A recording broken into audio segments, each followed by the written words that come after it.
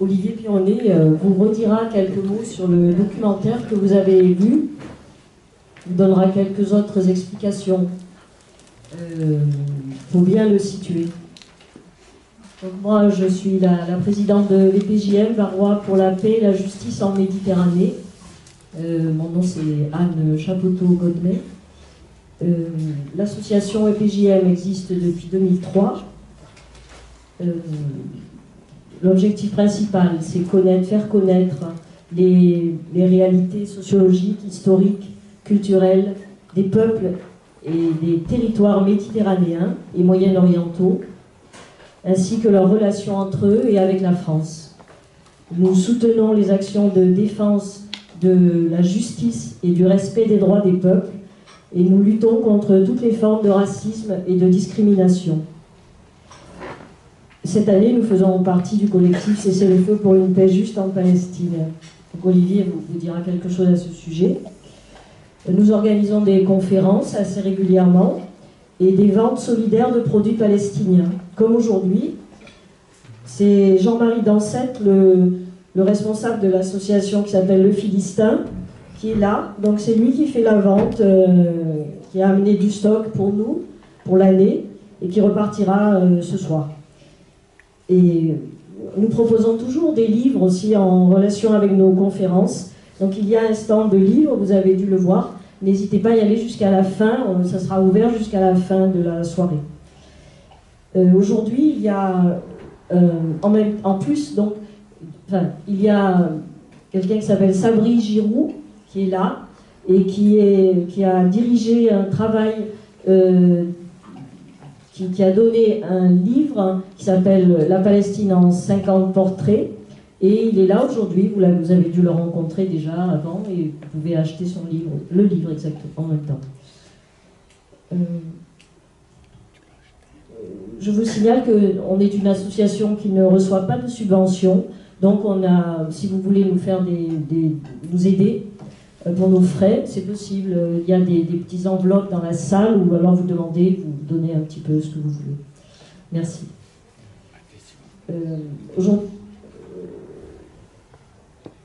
Aujourd'hui, c'est Olivier Pironnet qui vient à notre rencontre.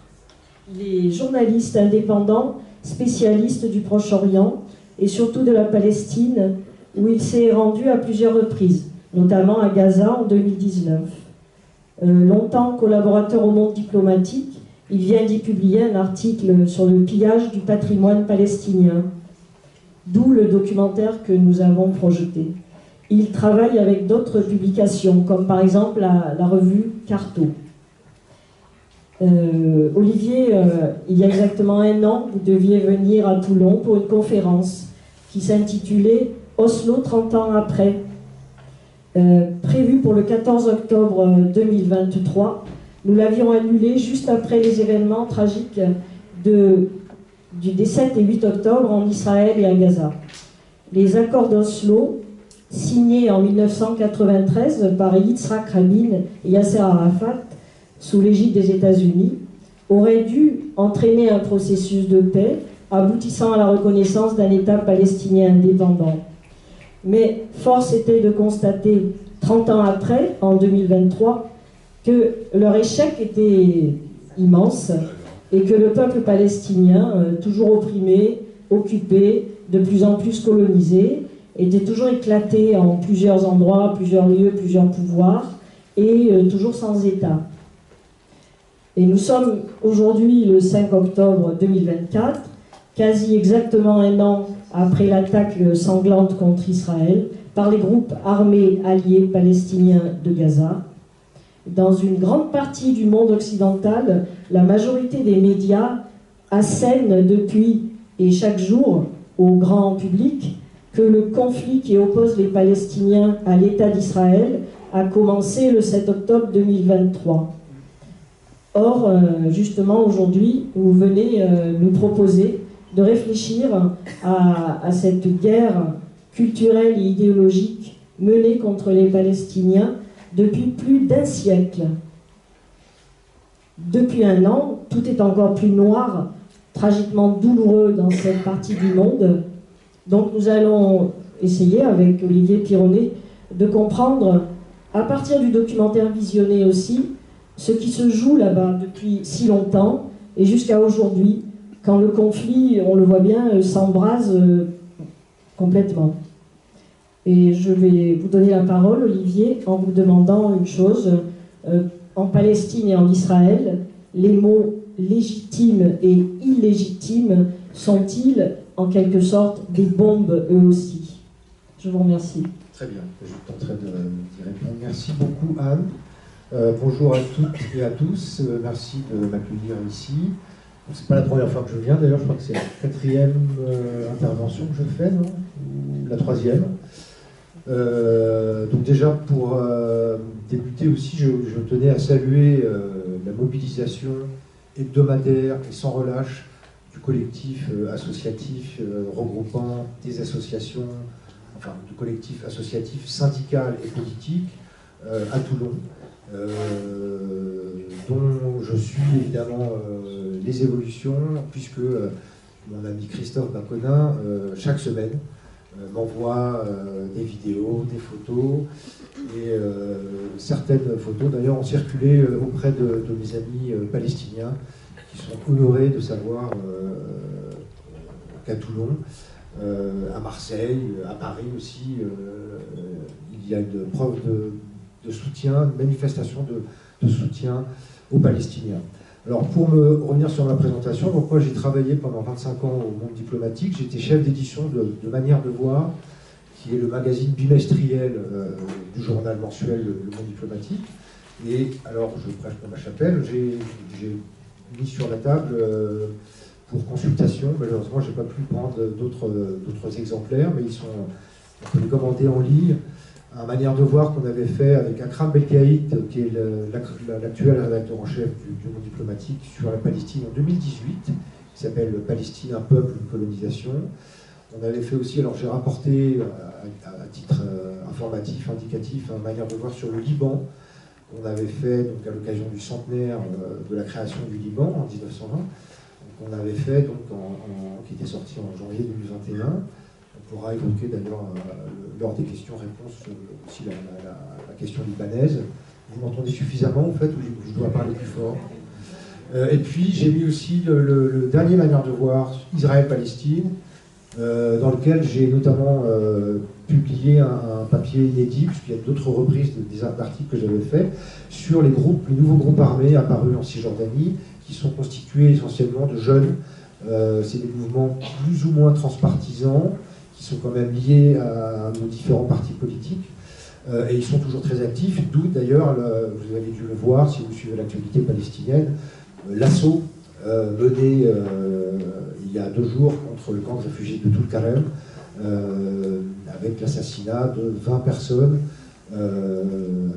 C'est un bombardement qui a été opéré depuis un avion de chasse. C'est une première depuis la seconde intifada. Donc la situation en Cisjordanie est aussi dramatique. Évidemment, elle n'est pas aussi dramatique à Gaza, mais elle est extrêmement difficile. Et les morts s'accumulent, notamment parmi les jeunes, dans les camps de réfugiés. On pourra aussi évoquer cette question. Donc je voulais revenir sur le documentaire que vous avez pu voir. Alors c'est un documentaire qui a été réalisé par une Palestinienne qui est une artiste plasticienne. Donc c'est un documentaire qui mélange évidemment un aspect, on va dire, purement documentaire, et qui mélange, qui intègre des éléments de fiction. Mais chacun des personnages joue son propre rôle, à l'exception, vous l'aurez deviné, des policiers et des représentants de l'autorité de la nature et des parcs israéliens, qui sont des acteurs, je suppose, acquis, en tout cas, à la justice et à la paix, et qui jouent très bien d'ailleurs dans le rôle des gardes champêtres israéliens, pourchassant donc les Palestiniens, qui vont cueillir, comme chaque année, comme depuis les temps immémoriaux, le za'atar, qui est un mélange d'épices et principalement de thym, mais qui a énormément de variantes, et la koub, qui est un cardon, ça appartient à la famille de l'artichaut, et qui est une plante réputée pour ses vertus gastronomiques et ses bienfaits médicinaux. Et donc les Palestiniens en raffolent et en consomment assez souvent.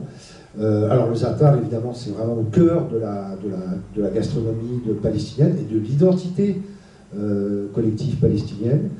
Et donc ça se déroule au sein de la communauté palestinienne d'Israël, et ça se déroule sur les hauteurs de Galilée, du Golan, occupé par Israël depuis 1967 et annexé par Israël en tout cas. Et d'ailleurs l'annexion a été reconnue lors du mandat du premier, enfin j'espère le dernier, du mandat de Donald Trump. Et ça se déroule aussi un petit peu en partie à Jérusalem, et on le récolte en général au printemps. Et donc cette pratique, la cueillette, on va dire, entre guillemets, sauvage du za'atar et de la koub, la cueillette a été interdite respectivement en 1977 et en 2005 par les autorités israéliennes au prétexte que ces espèces seraient en danger, ce qui a été contredit par des études scientifiques. Donc l'enjeu, évidemment, pour les Israéliens, il est double. Il est à la fois politique, c'est-à-dire ça participe d'une entreprise de négation de l'identité, de la mémoire, des pratiques palestiniennes, à la fois en Israël, et c'est également interdit dans les territoires occupés, du moins dans les zones B et C qui sont sous le contrôle militaire de l'armée israélienne. Et la koub a été aussi interdite en 2005. Et c'est aussi à la fois, il y a aussi derrière tout ça aussi évidemment des enjeux économiques, l'argent et le nerf aussi de la guerre, puisque maintenant le za'atar et la koub sont cultivés à l'échelle industrielle par des entreprises agricoles israéliennes qui ont pour cible, pour cœur de cible, le marché arabe d'Israël, et donc qui interdisent la cueillette sauvage, la cueillette à titre individuel, pour détourner les Palestiniens d'Israël vers ces entreprises agricoles israéliennes. Donc, alors, pour moi, ce documentaire constitue une porte d'entrée très intéressante pour aborder un sujet, un aspect du conflit israélo-palestinien qui est moins souvent abordé que la dimension territoriale, la dimension militaire, armée, le conflit armé du conflit israélo-palestinien. Donc là, c'est une forme de domination qui s'exerce sur le domaine symbolique, sur le terrain symbolique, et donc qui a aussi une dimension évidemment politique. Et donc je voulais évoquer cet autre aspect qui est relatif à une guerre idéologique et culturelle qui est menée contre les Palestiniens depuis la fin du XIXe siècle. Elle a été théorisée par les grandes figures du sionisme politique, les théoriciens du sionisme politique, que furent Nathan Birnbaum, Max Nordau, entre autres, évidemment Theodor Herzl, qui postulent une filiation entre les Juifs modernes et les Hébreux de l'Antiquité. Donc il s'appuie sur ce postulat, en rebaptisant d'ailleurs la terre de Palestine terre d'Israël, pour revendiquer un droit d'antériorité des Juifs sur la terre de Palestine. Donc il s'appuie notamment sur plusieurs mythes fondateurs, on va dire, sur lesquels il s'appuie, notamment la prétendue, puisque ça a été contredit, était déconstruit par beaucoup d'Israéliens, notamment beaucoup d'historiens, notamment des historiens israéliens, sur l'expulsion, notamment du 1er siècle et du 2e siècle après Jésus-Christ, l'expulsion massive des Juifs de Judée et de Samarie. Alors, à ce propos, je voudrais vous renvoyer vers les deux ouvrages extrêmement intéressants et fondamentaux de Shlomo Sad, Comment la terre d'Israël fut inventée et comment le peuple juif fut inventé. Et Shlomo Sad relève son ouvrage que nulle part, aucun historien à la fois antique et moderne n'évoque cette expulsion de masse. Ce mythe de l'exil permet à l'époque aux sionistes de justifier le projet colonial pour revendiquer le retour des Juifs dans leur foyer, entre guillemets, natal. Donc ils vont notamment, ils s'appuient sur la déclaration Belfour du 2 novembre 1917. Donc à l'époque, c'est le ministre des Affaires étrangères britannique qui promet aux Juifs l'établissement d'un foyer national. Donc je ne reviens pas sur cette déclaration qui est, je suppose, assez connue. Il faut savoir aussi, alors, puisqu'on parle du Liban, qu'à l'époque, la carte que présentent les sionistes englobe une partie du Liban, notamment la partie qui va du fleuve Litanie jusqu'à la frontière sud, puisque c'est une zone qui est riche en ressources hydrauliques. Et c'est pas pour rien qu'ils l'ont aussi intégré dans leur projet. Donc ils l'ont présenté une première fois en 1916, puis en 1919 à la conférence de Paris, puisque les Français et les Anglais, à l'issue des accords Sykes-Picot de 1916, vont se répartir les anciennes possessions de l'Empire ottoman. Ils vont dépecer l'Empire ottoman et se répartir les anciennes possessions ottomanes. Et notamment, la France va exercer un mandat sur la Grande Syrie, et elle va créer le Liban en 1920. Et aussi rédiger l'essentiel de la Constitution qui sera votée en 1943 libanaise. Donc je reviens sur les théoriciens sionistes et sur les dirigeants sionistes comme Ben Gourion et Chaim Weizmann, qui, eux, donc, revendiquent un droit d'exclusivité sur la terre d'Israël, donc comme ils la nomment, qui est ancré, selon eux, dans la Bible. D'ailleurs, Ben Gourion ne cessera de répéter que la Bible est le mandat des Juifs. Et parfois, il dira aussi cadastre, mais notamment en 1936, et il va également revenir lors d'une lettre qu'il adresse au général de Gaulle, pour lui expliquer que les Juifs ont des droits non négociables sur la terre de Palestine, que évidemment eux appellent la terre d'Israël. Shlomo Sath relève dans son ouvrage qu'aux yeux des sionistes, les Palestiniens, qui ont toujours habité là, sont des sous-locataires, des résidents temporaires qu'on peut donc expulser, remplacer, transférer. On a devant nous en ce moment une logique de transfert à l'œuvre, à la fois à Gaza, possiblement au Liban, et évidemment un projet qui n'a jamais été écarté par les Israéliens. Évidemment, l'idéal, ce serait de transférer une partie des populations de Cisjordanie dans les pays arabes. Puisque les sionistes, d'ailleurs, considèrent que les Arabes sont un peuple nomade, et donc que les Palestiniens ne sont que des passagers sur cette terre d'Israël dont ils ne sont pas propriétaires, les Juifs étant les propriétaires exclusifs, selon eux, de cette terre. Donc l'image populaire, il s'appuie sur l'image d'un pays vide, gagné par la désertification, qu'il faut faire refleurir. On va faire donc le mythe on va faire fleurir le désert, donc en s'appuyant évidemment sur la célèbre formule d'Israël Zangwill, donc c'est un Britannique en 1901 qui parle de terre sans peuple pour un peuple sans terre. Et avant lui, Lord Shaftesbury, qui s'appelle, je crois c'est Ashton Cooper, avait lui parlé en 1854, lors d'une mission d'exploration de la Palestine, de pays sans nation pour une nation sans pays. Donc Zangwill s'appuie sur la formule déjà de Lord Shaftesbury. Alors ce projet colonial, évidemment, il est aussi le fruit des pogroms et des persécutions massives que connaissent les Juifs en Europe orientale, en Russie, en Pologne, en Ukraine, qui font des centaines de milliers de morts.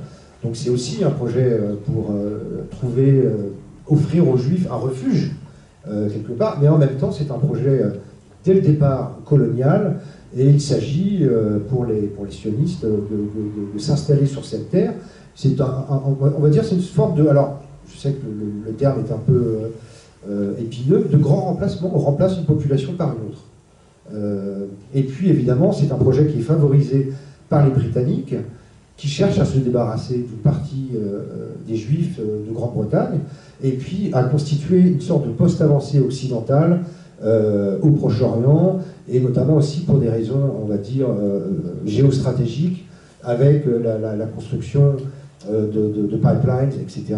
Donc ce projet, évidemment, est appuyé par les Britanniques.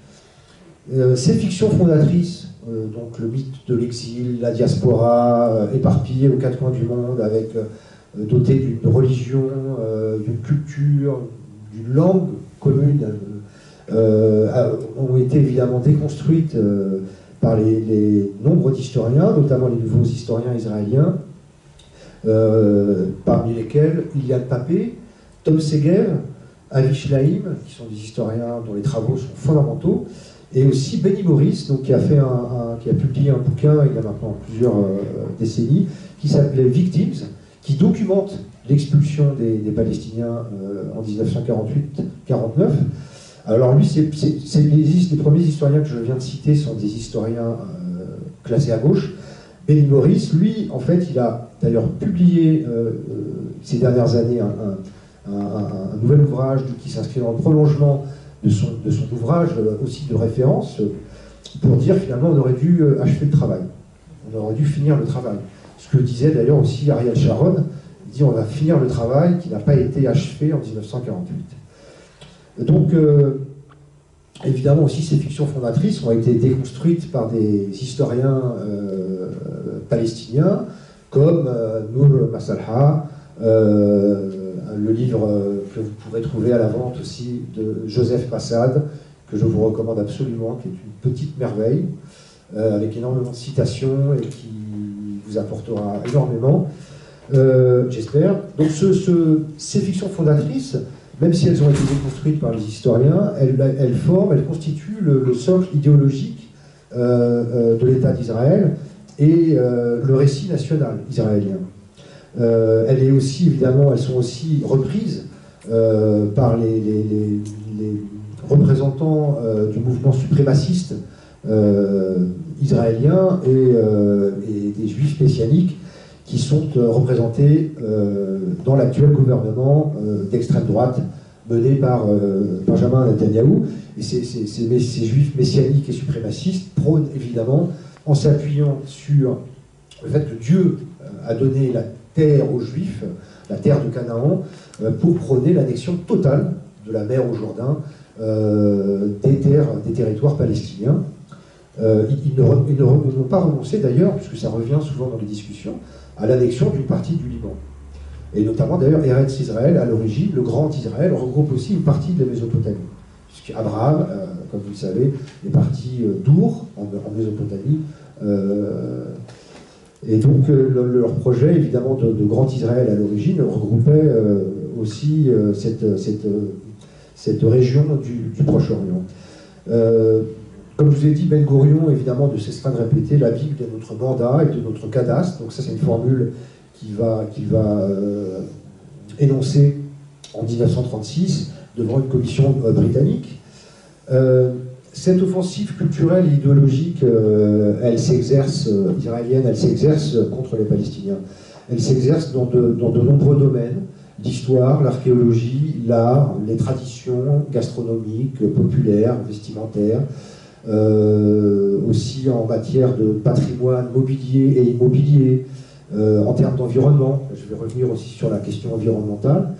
Et puis, alors, il s'appuie aussi sur la naissance dans les années 1860 à Londres du Fonds d'exploration de la Palestine qui va lancer ce mouvement d'archéologie biblique qui va passionner les premiers immigrants juifs qui vont s'intéresser à l'archéologie biblique pour étayer l'avenir des Juifs par le passé des Hébreux. Ça, je cite Joseph Massad. Par exemple, on peut voir dans les fouilles archéologiques la dimension politique de l'archéologie. Et cette dimension politique de l'archéologie, elle explique pourquoi le patrimoine palestinien est convoité depuis toujours par les Israéliens. À titre d'exemple, en 1967, à l'issue de la guerre de juin 67, au cours de laquelle les Israéliens s'emparent, entre autres, de Gaza, de la Cisjordanie et de Jérusalem-Est. Ils vont s'emparer aussi évidemment d'une partie du Sinaï, du Golan. Ils vont investir par la force le musée national palestinien, où sont conservés les célèbres manuscrits de la mer Morte, et ils vont le renommer musée Rockefeller et le placer d'ailleurs sous la tutelle d'un organisme gouvernemental. Alors que Israël, à l'époque, avait d'ailleurs signé en 1957 la Convention de La Haye sur la protection des biens culturels en cas de conflit armé, et avait d'ailleurs, milité très fortement pour pouvoir intégrer cette convention de La Haye, et donc l'a évidemment violée au mépris du droit international. Ce viol culturel, il est toujours à l'œuvre, ce vol culturel, pardon. On estime, selon des études, que entre 1967 et 1992, 3 millions d'objets archéologiques dans les territoires occupés ont été dérobés, volés par l'armée israélienne. Et depuis 1995, c'est en moyenne 120 000 objets archéologiques et artefacts qui passent dans l'escarcelle de l'armée israélienne, qui sont transférés évidemment en Israël, sachant que la Cisjordanie comprend 6000 sites et vestiges archéologiques, et à Gaza on en recense à peu près 350. Je reviendrai sur les destructions commises à Gaza. Cette dimension politique de l'archéologie, elle permet aussi de comprendre les enjeux politiques relatifs au tourisme. Alors pour l'anecdote, il faut savoir que la profession de guide touristique a été interdite par les Israéliens de 1967 à 1994. Les Palestiniens, donc, évidemment, accordent une importance capitale à leur patrimoine, et ils ont remporté quelques succès honorifiques auprès de l'UNESCO, avec laquelle l'Agence culturelle des Nations Unies, avec laquelle Israël est on va dire, en conflit depuis même la fin des années 50. Elle s'en est retirée en 2017, si je ne me trompe pas. Donc en septembre 2023, l'UNESCO a placé sur la liste des biens mondiaux de patrimoine de l'humanité le site de Tel al-Sultan à Jéricho. Il se trouve que cette ville de Jéricho est revendiquée par les Israéliens, car d'après eux, dans la Bible, Josué s'est emparé il y a 4000 ans de Jéricho, et ça marque le début de la conquête du pays de Canaan, la terre promise. Et donc pour eux, c'est d'une importance capitale, et d'ailleurs, ça a rendu furieux évidemment les éléments les plus radicaux du gouvernement israélien. Autre succès, en juillet 2017, le classement sur la liste des biens mondiaux de l'humanité de la vieille ville d'Hébron, où vous pouvez trouver la mosquée Ibrahim et le caveau des patriarches, qui d'ailleurs, pendant très longtemps, n'étaient pas divisés en deux. Juifs et musulmans venaient y prier ensemble, bien avant la création d'Israël. C'est un lieu qui est marqué aussi par la tragédie, puisque je vous rappelle dans les années 90, le docteur Baruch Goldstein, un colon, a assassiné 29 fidèles dans la mosquée Ibrahim. Vous avez aussi l'église de la Nativité qui se trouve à Bethléem, qui était une des églises les plus anciennes du Proche-Orient, qui a été classée en 2012. Vous avez le site de Bâtir, qui est connu pour ses terrasses, terrasses en pierre comprenant des vignes, des oliviers, et irrigués en eau par des canaux qui datent de l'Antiquité, depuis 2000 ans, et qui est également revendiqué par les Israéliens, qui sont octroyés la paternité en expliquant que, étant donné que les Hébreux étaient là depuis les temps bibliques, ils sont les propriétaires de ces fameuses terres de Bâtir. C'est un endroit magnifique qui se trouve à côté de Bethléem. Et actuellement, ce site est menacé par les travaux d'extension de la colonie de Beth Arilit et aussi par la construction d'une nouvelle colonie qui s'appelle Nahal Eletz. Donc les autorités israéliennes ont donné leur feu vert pour la construction de cette colonie qui va donc empiéter sur les terres de Bâtir. Et on compte aussi 2 avant-postes sur les terres de Bâtir. Alors les avant-postes, c'est ce qu'on appelle aussi, on dit aussi les colonies sauvages, sachant, comme vous le savez, qu'il y a à peu près 300 colonies en Cisjordanie, dont 150, à peu près la moitié, entre 150 et 200, ont reçu l'agrément des autorités israéliennes. Mais à terme, les colonies sauvages vont recevoir l'agrément des autorités israéliennes, puisque le processus est toujours le même. On arrive avec des brebis ou des chèvres sur les terres appartenant à des Palestiniens, on les fait paître, il y a un conflit, l'armée vient pour protéger les colons, et puis ensuite ces colons installent une caravane, et puis 2 caravanes, 3 caravanes, et puis ensuite ils fabriquent des habitations en dur, et ça devient donc, à terme, ça devient une colonie. Et donc la Cisjordanie, qui, je vous le rappelle, fait 5000 km², c'est à peu près l'équivalent de la superficie de la Seine-et-Marne, est grignotée, comment dire, découpée par ces 300 colonies et par entre 600 et 800 checkpoints, dont l'essentiel est de mailler le territoire. Le rôle essentiel est de mailler le territoire palestinien et aussi de protéger ces colonies.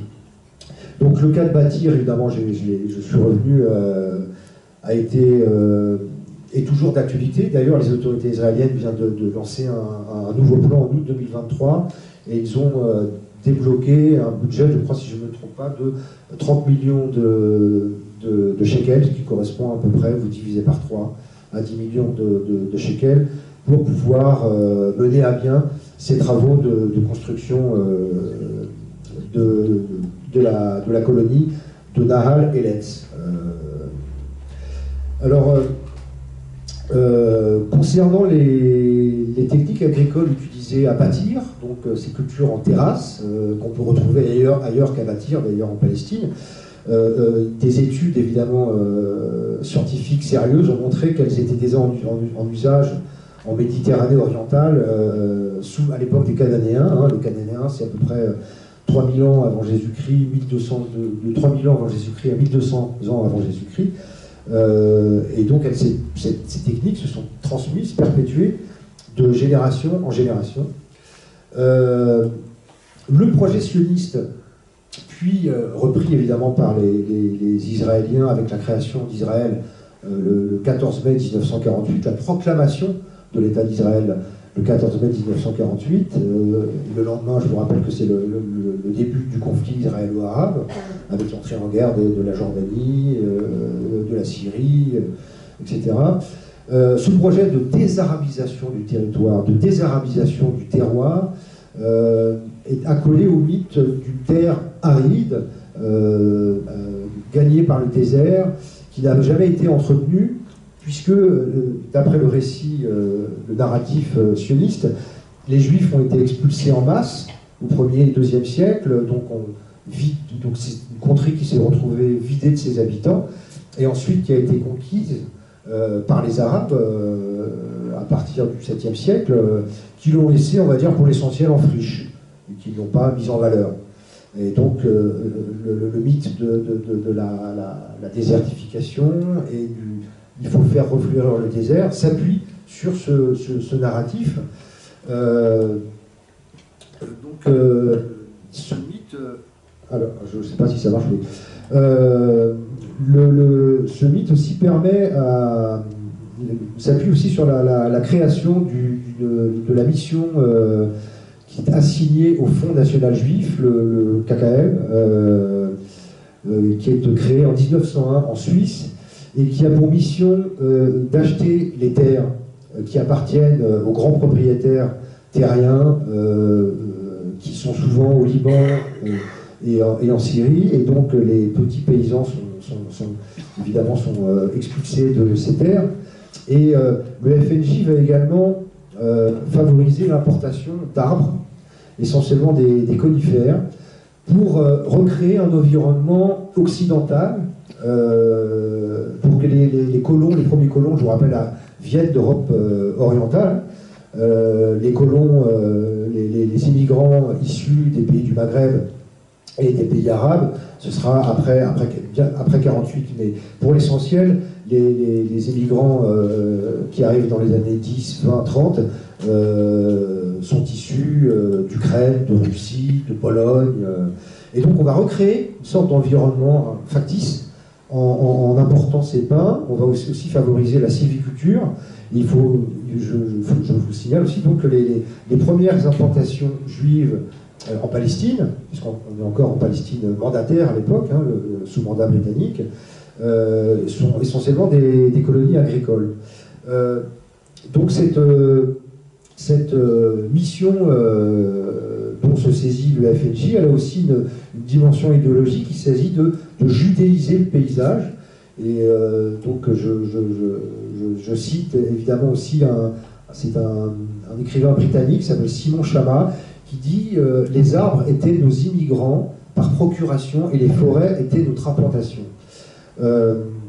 À l'issue du nettoyage ethnique de la Palestine, c'est 800 000 personnes, mais ce qui est aussi un nettoyage foncier, si je peux me permettre, puisque vous avez à peu près 500 villages, plus de 500 villages, aux alentours de 530, qui sont complètement détruits par les forces israéliennes en 48-49.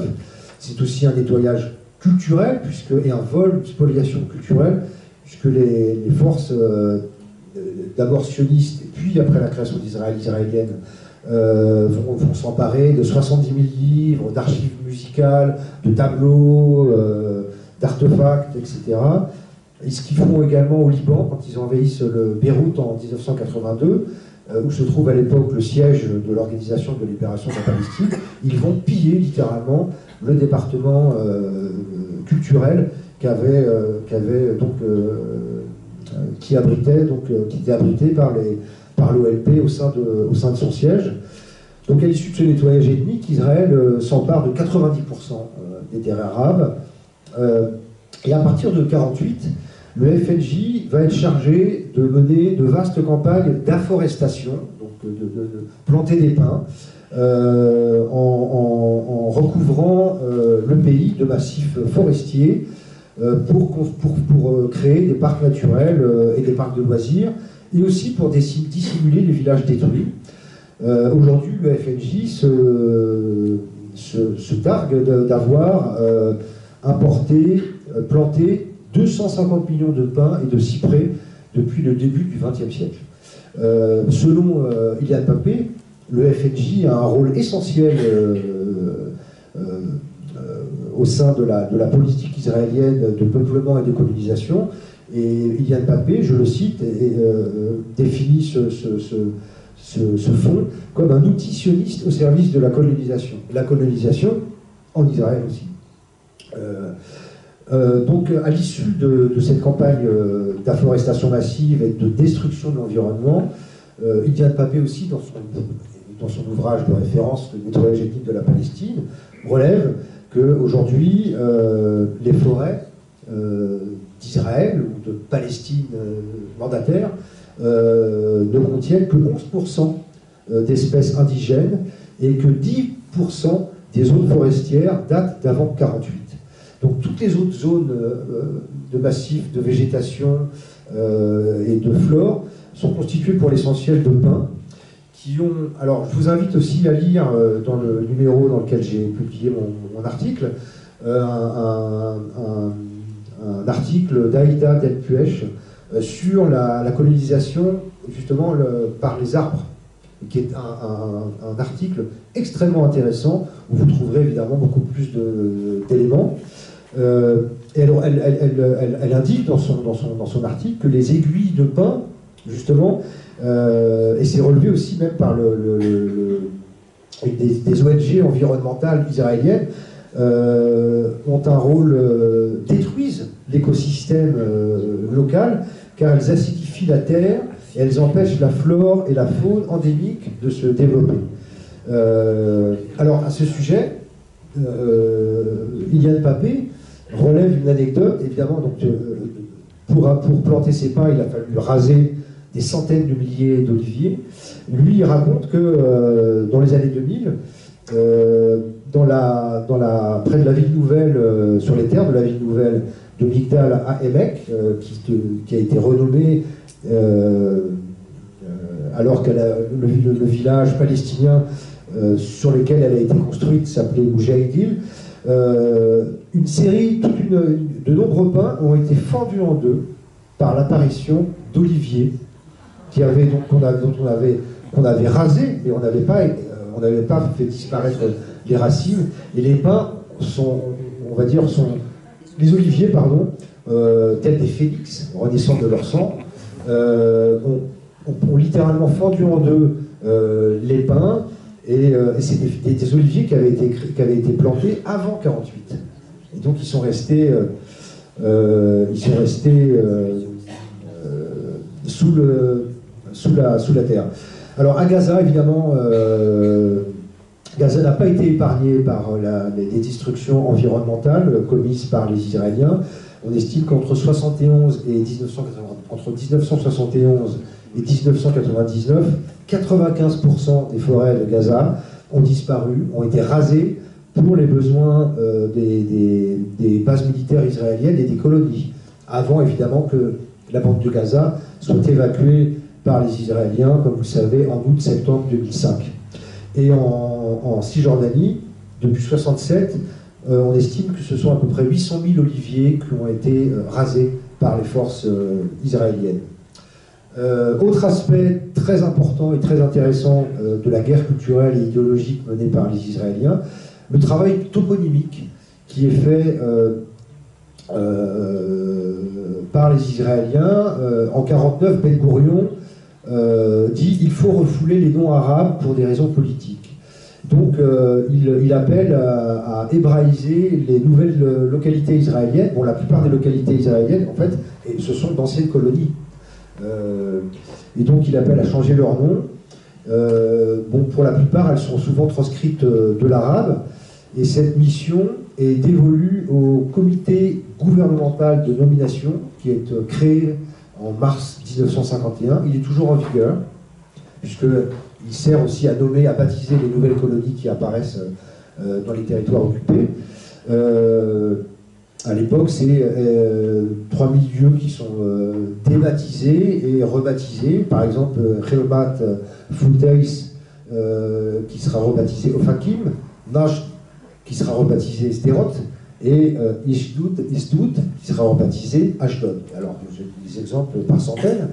Ce comité gouvernemental, il s'inscrit dans le prolongement du comité de nomination qui a été créé par le Fonds national juif, par le FNJ, dès 1920.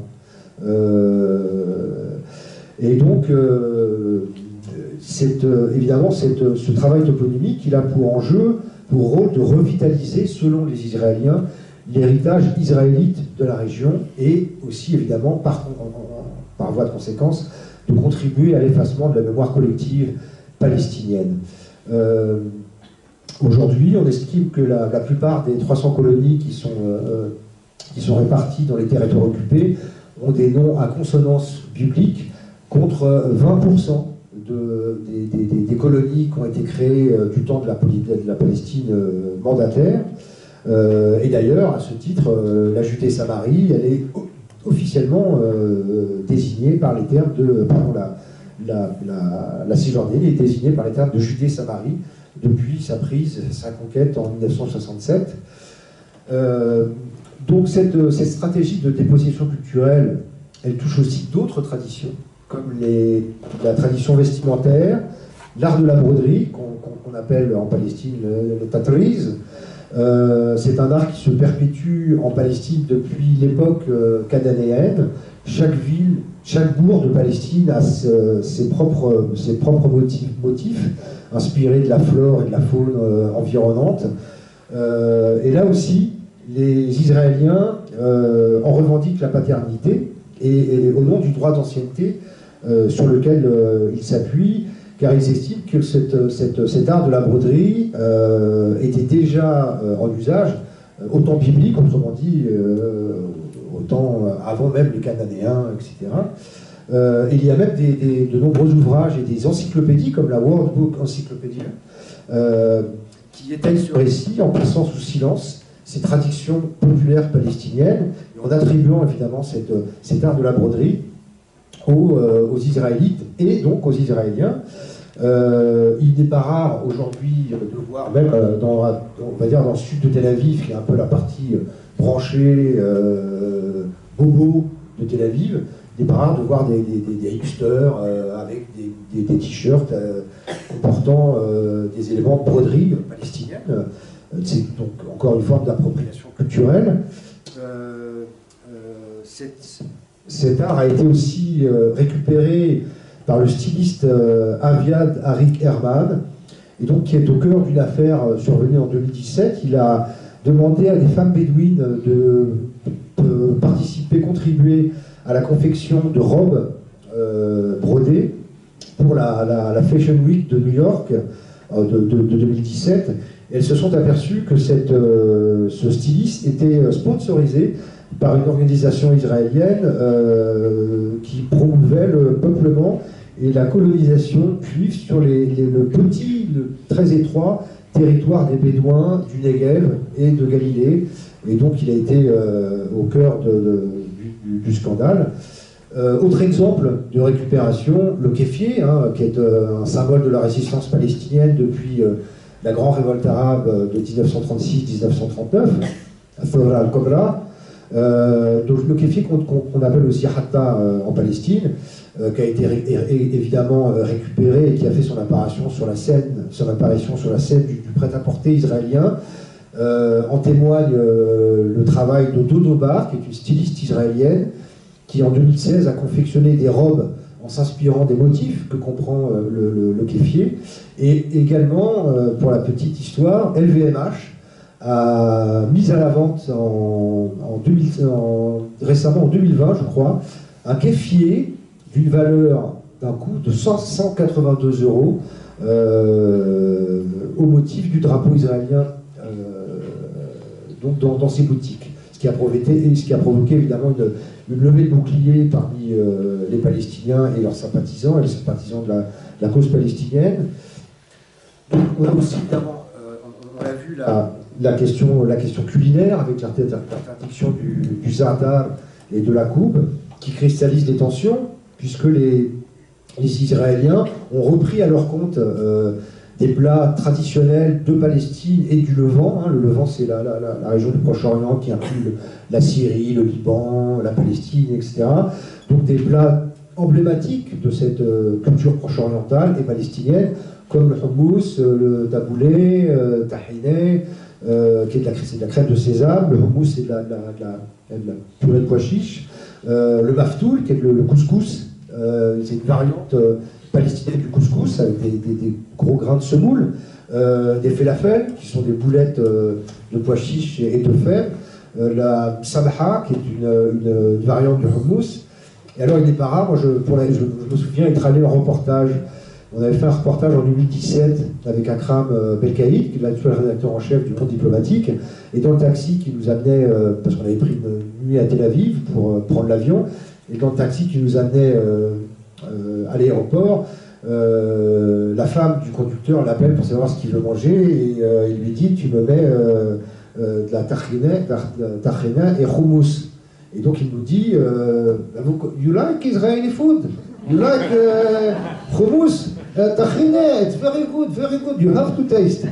Donc Akram m'a tapé un petit peu sur le genou et je lui dis: yes, we like the Israeli food, no problem. Okay. Donc voilà, donc c'est le hummus, hein, puisque évidemment prononcé avec l'accent hébreu. Donc tout ça nous ramène au cas du za'atar et de la coupe, qui sont donc interdits, et j'avais parlé de l'enjeu à la fois politique et économique. Voilà, et je crois que je suis dans les clous. Pour conclure, donc je voudrais juste insister sur le fait que cette bataille culturelle, c'est un outil au service du sionisme politique pour légitimer l'expropriation, à la fois l'expropriation et la logique d'appropriation, de spoliation culturelle, qui est aussi au cœur du sionisme politique et de la politique israélienne, car la culture, les arts et les traditions sont aussi les vecteurs, les moyens d'expression de l'identité collective, de l'identité nationale des Palestiniens, d'où l'importance pour les Palestiniens d'une sorte de résistance quasiment quotidienne, ce qu'on appelle le Soumoud, pour préserver le patrimoine, le sol et l'histoire de tout un peuple. Et cette culture de résistance quotidienne, le Soumoud, elle est transmise de génération en génération, elle est aussi fondée au sein des familles, elle est aussi fondée sur l'éducation populaire pour combattre la négation des droits politiques, naturels et inaliénables des Palestiniens. Voilà, c'est terminé. Donc si vous voulez me poser des questions, évidemment, si certaines personnes...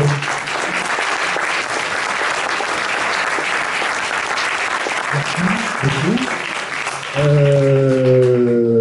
Vous avez toutes les questions. Alors on peut évoquer, si vous voulez, la situation actuelle à Gaza, au Liban, en Palestine, à la frontière, entre guillemets, entre Gaza et l'Égypte, parce que j'ai aussi publié un article sur le projet de transfert d'une partie de la population gazaoui en Égypte, promu par une partie du gouvernement.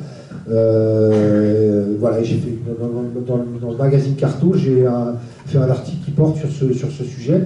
C'est un projet qui remonte d'ailleurs aux années 50 et qui avait été à l'époque financé par les États-Unis et qui est une mission qui avait été assignée, donc étude sur le terrain qui avait été signée à l'UNRWA.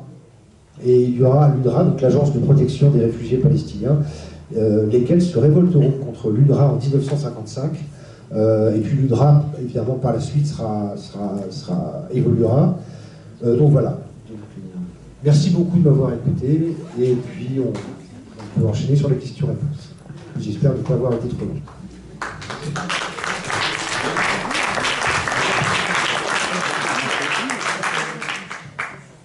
Alors, je vais mettre les lunettes. Oui, après tout. Je vais mettre tout de suite mes lunettes. Merci. Je suis myope, donc je peux lire de près, mais évidemment... D'accord. J'avais juste une petite question à vous poser. Quand vous parlez du sionisme et de son origine, je dirais, idéologique, avec entre autres Theodor Herzl, on peut noter quand même, au point de vue historique, que cette période de la fin du 19e, du dernier quart du 19e, correspond à, on va dire, la Commune de Paris, son écrasement. En France coloniale, les décrets Crémieux, en Algérie, qui identifient les Juifs algériens comme étant des citoyens français, au contraire de tous les autres habitants de l'Algérie. C'est quelque chose. Donc l'utilisation de la judéité en tant qu'acte de colonisation ne date pas de Palestine, il date d'Algérie, on peut le dire, à cette époque-là. Le deuxième aspect des choses, c'est qu'au moment où M. Thiers contracte avec Bismarck un accord de défaite du capitalisme français face à l'impérialisme prussien, on va évidemment se mettre d'accord pour immédiatement faire la paix et détruire la Commune de Paris. En échange de quoi, la France devra, entre guillemets, 5 milliards francs or qui vont servir à constituer la première banque centrale européenne, qui était la Banque de Francfort, et qui a créé le Deutschmark. Alors, aspect non négligeable, qui a prêté les 5 milliards à M. Thiers pour qu'il puisse immédiatement permettre la création de la Banque de Francfort? C'est un banquier anglais qui s'appelait Lord Edmond de Rothschild. Okay, le même Edmond de Rothschild qui écrit dans ses mémoires « Le capital est le premier colon ». Il est d'ailleurs à l'époque fondateur de ce qu'on appelle l'Alliance israélite universelle, qui va dépenser au tout début des années 1870 l'équivalent d'un budget de l'État, d'État-nation de l'époque, de la France, de l'Angleterre, de l'Allemagne. Il dépense l'équivalent d'un budget d'État à acheter des terres en Palestine. Il les achète à des riches propriétaires, des seigneurs du désert, des bédouins en général. Et évidemment, quand on achète les terres, on met dehors les paysans locaux qui exploitaient ces terres, et on fait venir des Européens pour installer. Mais il faut bien penser qu'au même moment, Herzl n'était pas du tout sur une visée, on va dire, sioniste. À l'époque où le capital est le premier colon, selon Lord Rothschild, à cette même époque, Herzl écrivait un article à propos d'une pièce de théâtre d'Alexandre Dumas fils qui passait sur Paris, où Herzl était le correspondant de la Neue Freie Presse de Vienne. Et dans cet article, autour de cette pièce d'Alexandre Dumas fils, il disait c'est une utopie de penser que les Juifs, aujourd'hui assimilés à différentes nations, vont pouvoir constituer une nation. Ils vont garder chacun, en ce qui les concerne, les traditions culturelles des nations dont ils sont issus.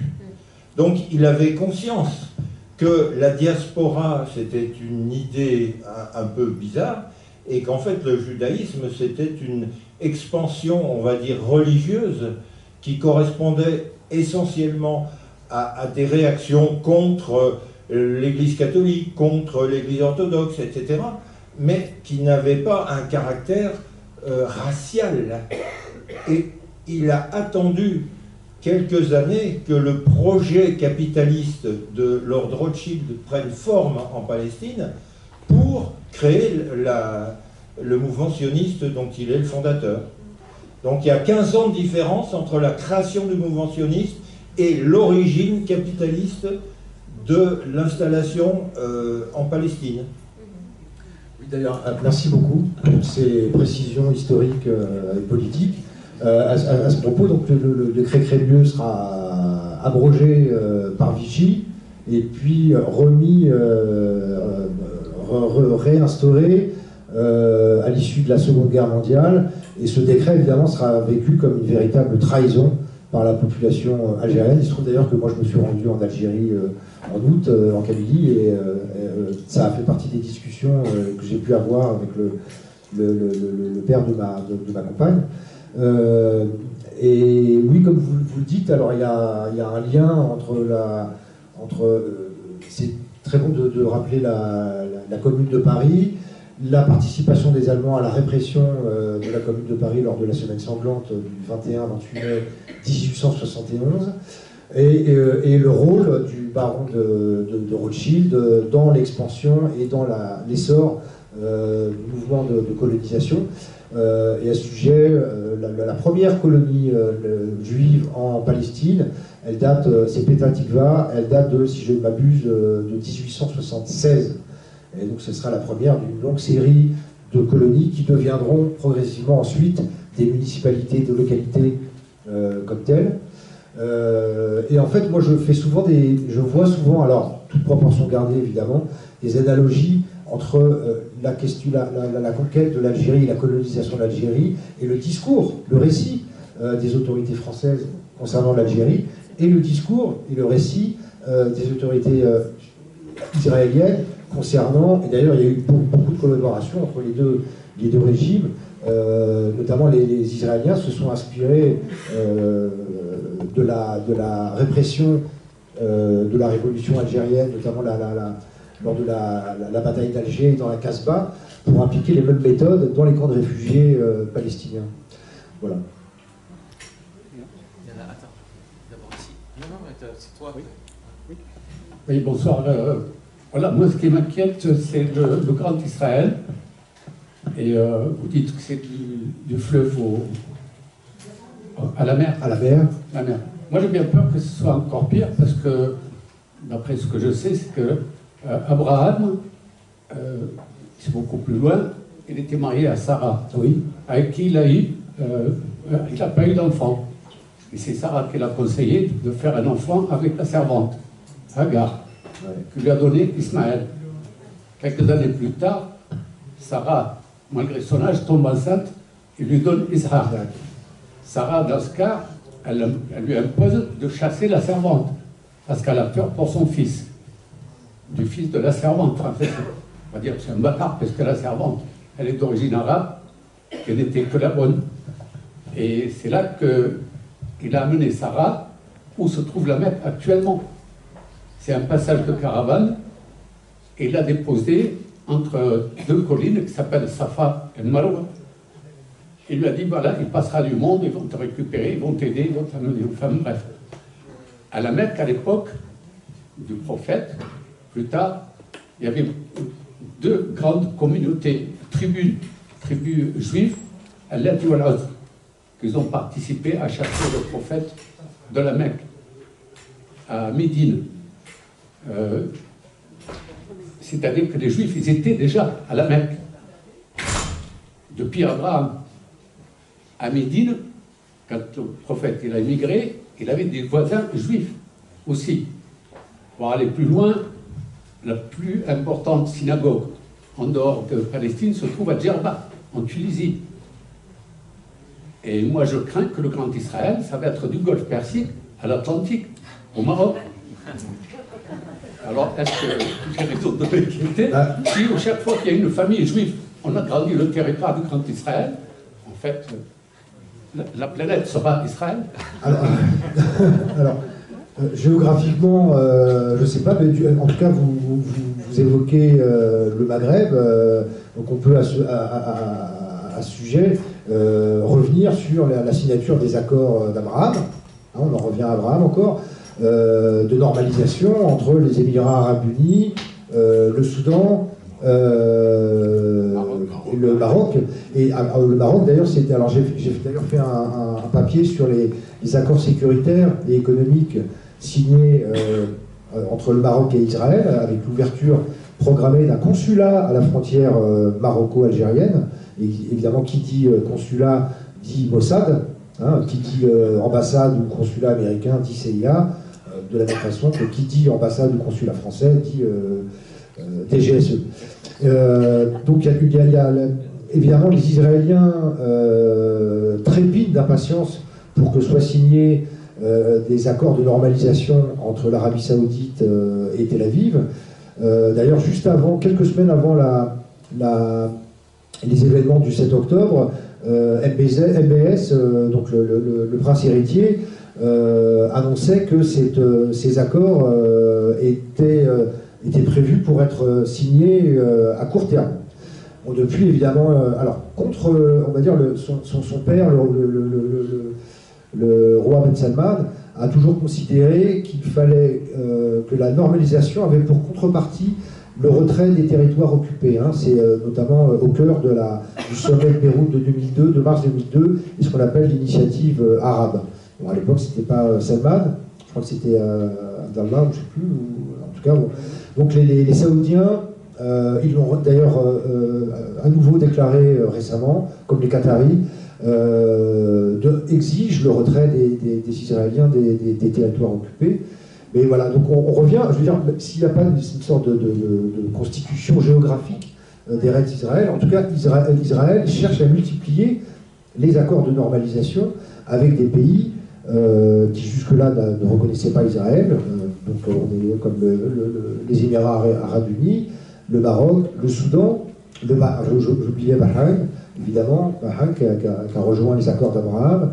Et puis les premiers à avoir signé les accords de normalisation, il ne faut pas oublier, ce sont les Égyptiens, avec le traité de paix de 1979, qui succède aux accords de Camp David. Et puis en 1994, les Jordaniens.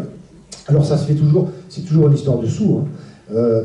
Depuis 1979, l'Égypte reçoit environ 1 milliard de dollars qui vont souvent dans la poche évidemment de l'armée, égyptienne, qui est très puissante en Égypte, hein, qui possède entre 30 et 40% du PIB égyptien.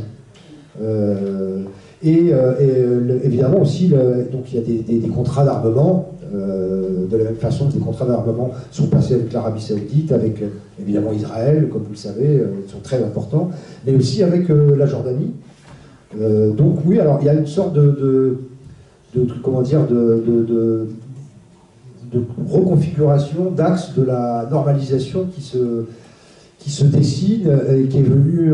Ce processus a été interrompu par les événements du 7 octobre et la guerre lancée par Israël, l'opération au glaive de fer, qui maintenant, la guerre qui touche maintenant, qui frappe maintenant le Liban, et l'implication aussi des pays et des milices qui appartiennent à ce qu'on appelle l'axe de la résistance.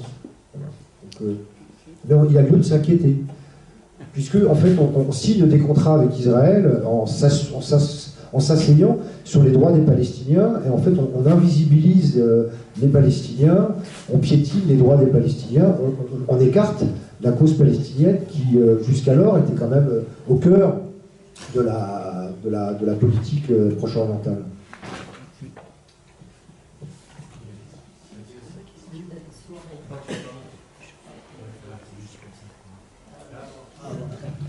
Oui, première petite chose, mon ami Youssef a parlé des Juifs à Médine, etc.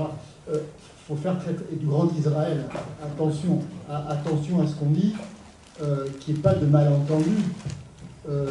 Effectivement, il y avait une population juive en Arabie, comme il y avait une population juive jusqu'à très peu de temps, jusqu'à la création de l'État d'Israël et de leur immigration dans le Maghreb, en Algérie, voilà. C'était des populations converties au judaïsme. Les Yéménites qui étaient israélites, qui étaient juifs, étaient de vrais Yéménites. Ce n'étaient pas des colons juifs installés au Yémen. Les Berbères qui ont résisté à l'invasion arabe au 7e siècle, c'était des Berbères judaïsés qui s'étaient convertis au judaïsme, comme auparavant ils s'étaient convertis au christianisme pour un certain nombre d'entre eux. Cette fameuse diaspora était à 90% composée de gens du pays convertis. Un certain nombre d'historiens ont calculé que sous l'Empire romain, 10% de la population du bassin méditerranéen s'était convertie à ce qui était à l'époque la seule religion monothéiste qui existait, c'est-à-dire le judaïsme. Donc, voilà. Aujourd'hui, les sionistes et les hypersionistes ne revendiquent pas, même les plus extrémistes d'entre eux, un Eretz Israël qui engloberait l'ensemble des endroits où des gens se sont convertis au judaïsme. Parce qu'il faudrait aller à ce moment-là jusqu'en Lituanie, vous voyez, jusqu'en Asie centrale, où il y avait l'empire khazar qui s'était converti au judaïsme, etc. Non. Eretz Israël, ça va du fleuve Litanie. C'est important parce qu'on entend parler aujourd'hui du fleuve Litanie dans les télévisions, dans les canaux, parce que ce qu'on voit aujourd'hui les Israéliens au Libanais du Sud, c'est partez. Ils les évacuent avant de bombarder et aller au-delà du fleuve Litanie.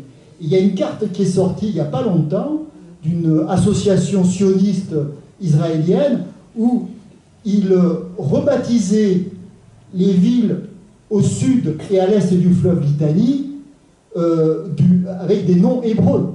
Donc il y a un vrai projet de colonisation, et moi je pense qu'ils sont en train de le mettre en place. Le Hezbollah, c'est un prétexte. Leur logiciel, ce logiciel sioniste, c'est un logiciel d'extension, et Gaza, c'est la même chose. Pour eux, Gaza, c'est le diable, parce que c'est, depuis des décennies, le symbole de la résistance. Avant, c'était le Fatah, maintenant, c'est le Hamas, mais pour eux, ça a toujours été le symbole de la résistance. Et Gaza, dans le récit national israélien qui revient sur un certain nombre d'éléments bibliques, etc., etc. Bon, ben voilà, Gaza, c'est vraiment l'endroit qu'il faut réinvestir. Il y a un certain nombre de choses qui se sont passées. Voilà, c'est le royaume c'était le cœur des Philistins. Donc, il faut récupérer Gaza pour reconquérir, pour refaire Israël, pour reconquérir ce qu'ils pensent avoir été leur royaume autrefois. Donc voilà, déjà le Grand Israël, c'est ça va aussi jusqu'au Jourdain, et c'est déjà extrêmement grave, et c'est ça qui met le feu aujourd'hui à toute la région. Donc voilà, ça c'est une première chose. La deuxième chose que je voudrais dire, c'est que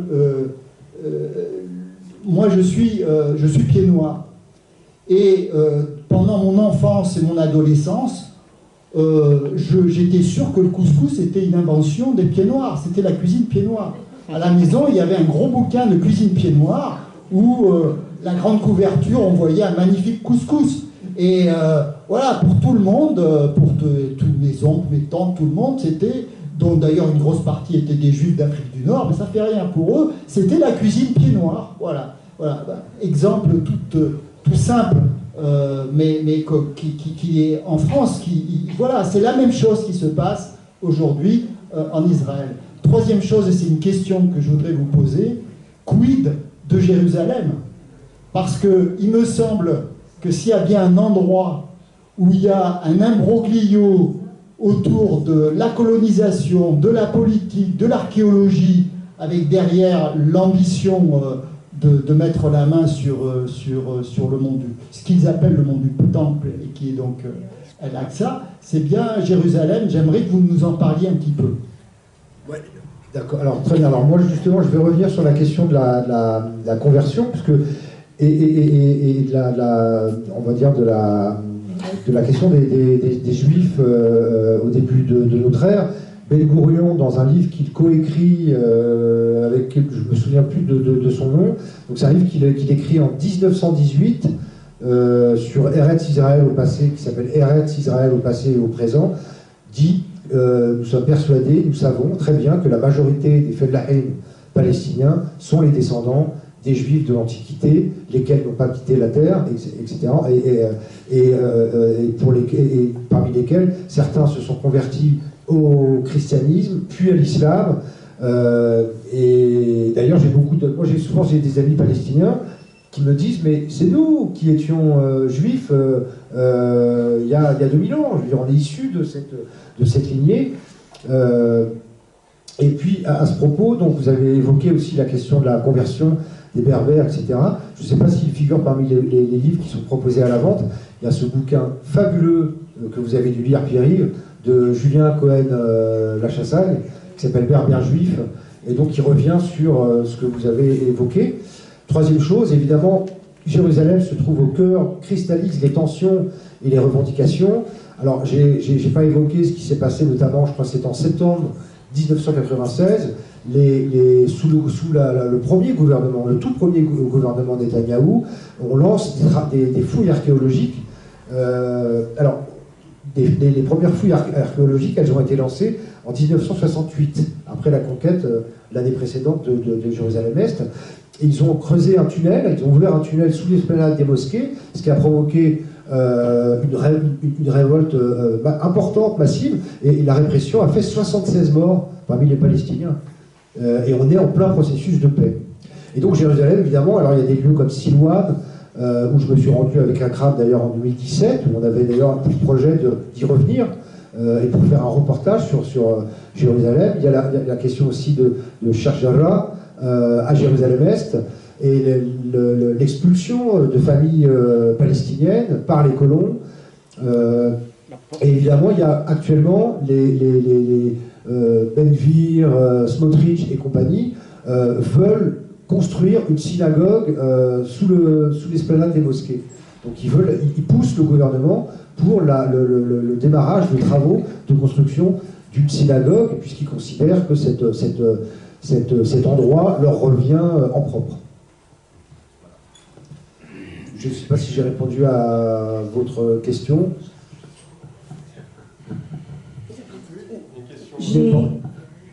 Oui. Oui. J'ai une question concernant l'archéologie. J'ai consulté un site qui s'appelle Middle East Eye, Oui. l'œil du Moyen-Orient. Je ne sais pas si c'est fiable bien. Tout à fait fiable. Et je crois que c'est là que j'ai trouvé l'idée à propos du pillage. Il semblerait que les Palestiniens, dans leurs caves, dans des recoins, prennent des objets qu'ils trouvent et les mettent en réserve pour quand ils seront en paix. Est-ce que, et puis j'ai vu des photos, alors est-ce que ce sont des montages ou bien c'est réel, c'est-à-dire que les habitants prennent des vrais objets, se font leur petit musée, en attendant de pouvoir les redonner à la Palestine? Alors, j'ai pas lu cet article, mais moi je consulte régulièrement le site Middle East Eye, qui existe, qui est bilingue, hein, si je ne me trompe pas. Moi je le consulte en anglais, mais il existe aussi en français. Il y a des articles très intéressants. Alors, pour la petite anecdote, je crois que c'est en janvier 2024, au Parlement, dans une salle du Parlement israélien, je l'évoque dans mon article, ont été exposés, tels des trophées, des objets et des artefacts archéologiques qui ont été dérobés dans un entrepôt de Gaza. Et Gaza a été pillé allègrement par les soldats israéliens. Et à ce sujet, il y a à peu près, parmi les 350 sites qui ont été recensés dans la bande de Gaza, il y en a 200 qui ont été partiellement détruits ou complètement détruits, dont la célèbre mosquée de Gaza, l'église Saint-Porphyre, qui est une église orthodoxe, grecque orthodoxe. Vous avez aussi un palais ottoman, Al-Pacha, etc. Et donc ça a été évidemment ravagé, et les soldats se sont livrés à des pillages. Je crois que c'est le ministre des Antiquités d'Israël qui a publié sur son compte Twitter, enfin sur son compte X, une photographie montrant ces objets exposés dans une salle du Parlement israélien. Ça veut tout dire.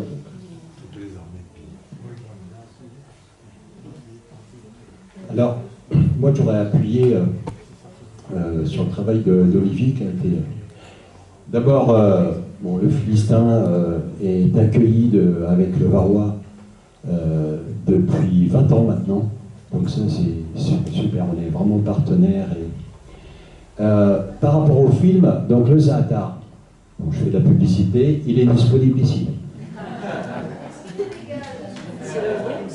Légal et recommandé parce que les Israéliens, dans certaines zones autour de Jérusalem, interdisent aux Palestiniens de ramasser le Zaatar, de cueillir le Zaatar, parce que c'est soi-disant des zones, c'est une plante protégée, enfin bon, ça c'est une chose. Je vais vous dire autre chose par rapport au vin. Voilà. Ah oui. C'est un truc, non mais c'est un truc vachement important parce que vous savez, les médias font tout pour que arabe égale musulman et musulman égale arabe. C'est-à-dire qu'en Palestine, il n'y a que des musulmans ou des arabes. Vous remarquerez que dans le langage des médias, on parle toujours des chrétiens d'Orient. Jamais vous n'entendrez le mot arabe et chrétien associés. Jamais. Et pourtant, là-bas, on travaille avec Joseph à Bethléem, des Palestiniens qui se définissent comme Palestiniens, Arabes et chrétiens. Et donc pour nous, c'est très important d'avoir du vin en Palestine et de démystifier justement cette propagande.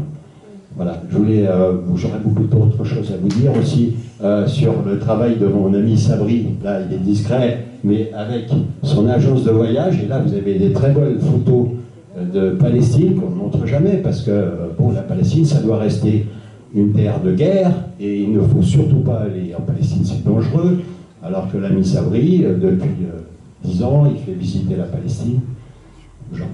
Voilà, je n'ai pas plus à vous dire. Donc pour moi, les produits de Palestine sont les ambassadeurs de Palestine. Hein. Il faut, si je veux vous dire une chose sur la céramique. La céramique, toutes les céramiques sont produites à Hébron, à Al-Khalil. Il y a beaucoup de céramistes là-bas, d'entreprises familiales. Et sur le dos, il y a une étiquette collée Made in Palestine. Pourquoi ? Parce qu'il y a des gens qui nous ont dit, mais pourquoi c'est pas écrit sous le vernis, quoi ?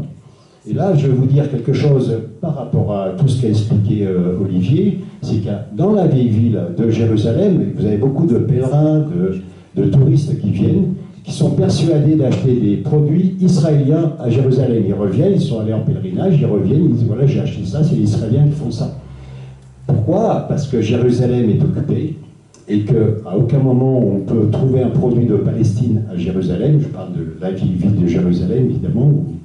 Et donc, ils n'ont pas le droit d'écrire sur leurs produits Made in Palestine, mais de façon, enfin, je veux dire, inoxydable. On ne peut pas l'enlever, quoi. C'est pour ça qu'il y a des étiquettes. C'est des détails que moi j'ai appris au fur et à mesure à travailler avec ces gens-là depuis 20 ans, quoi. Merci.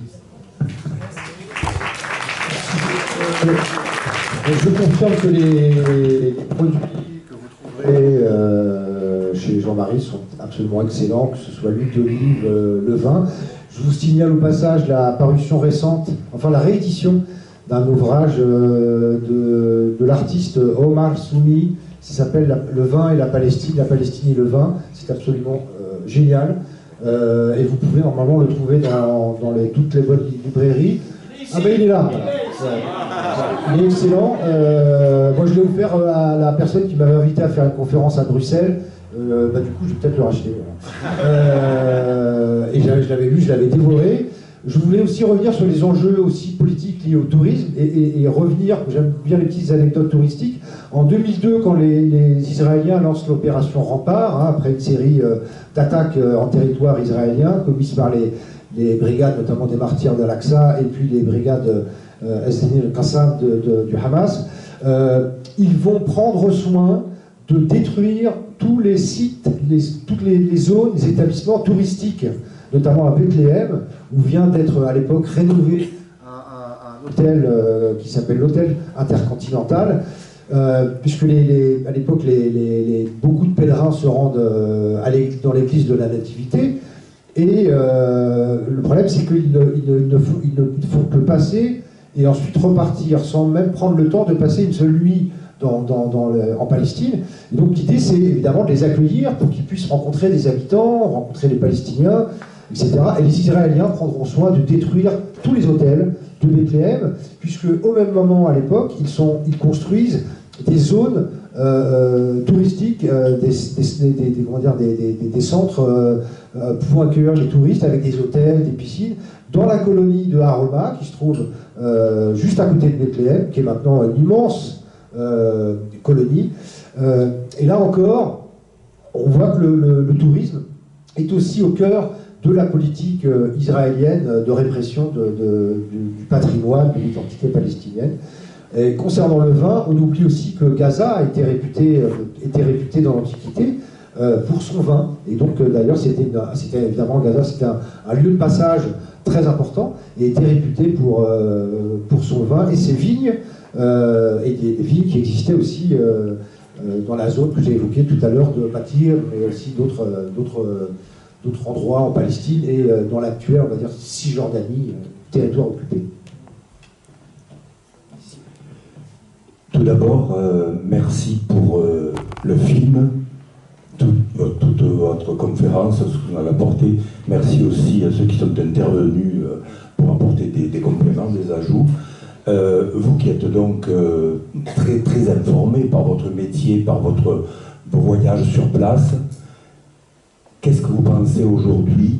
Quelles seraient les solutions pour les Palestiniens, pour les Israéliens, pour ces territoires? Quel avenir possible? Alors, moi je suis optimiste à long terme et très pessimiste à court terme. Je pense qu'il n'y a pas d'autre solution pour ces deux populations, je ne dirais pas deux peuples, puisque c'est ces populations que de vivre ensemble. Pas seulement de coexister, mais de vivre ensemble. À court terme. Change de micro. Celui-là, ça sera mieux. À court terme, je pense qu'on peut s'attendre à l'extension de la politique d'apartheid. À preuve, le discours de Netanyahou à l'ONU qui nous présente une carte de la Palestine, en fait d'Israël, de la mer au Jourdain. Donc ça veut tout dire. du programme que Netanyahou et ses affidés d'extrême droite se sont fixés. Mais moi, je pense qu'on ira inexorablement de façon vers un État unique qui regroupera des juifs, des chrétiens, des musulmans, des athées en Palestine. Mais on ne le verra pas, à mon avis, de notre vivant. Ça, c'est certain, peut-être dans un siècle. Mais je pense que c'est une question de temps. Ce qui a été rendu possible en Afrique du Sud pourrait aussi se reproduire en Israël, en Israël-Palestine, pardon. Alors, c'est pas du tout la même problématique qu'en Algérie, avec le départ des Européens d'Algérie, comme on les appelait à l'époque.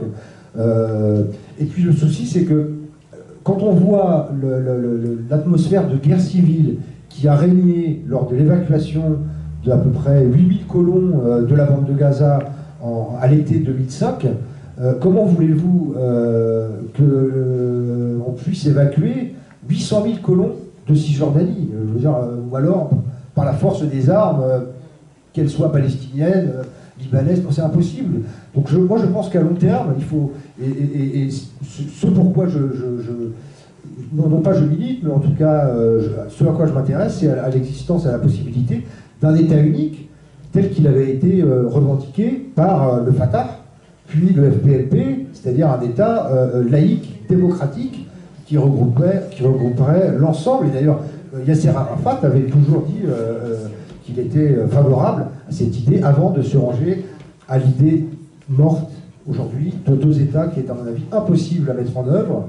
Et d'ailleurs, je pense que ce serait une très mauvaise idée, puisque ce serait l'État palestinien serait un État croupion, sans armée, sans moyens de défense, sans autonomie véritable, en tout cas du point de vue de ce qu'on considère comme la souveraineté.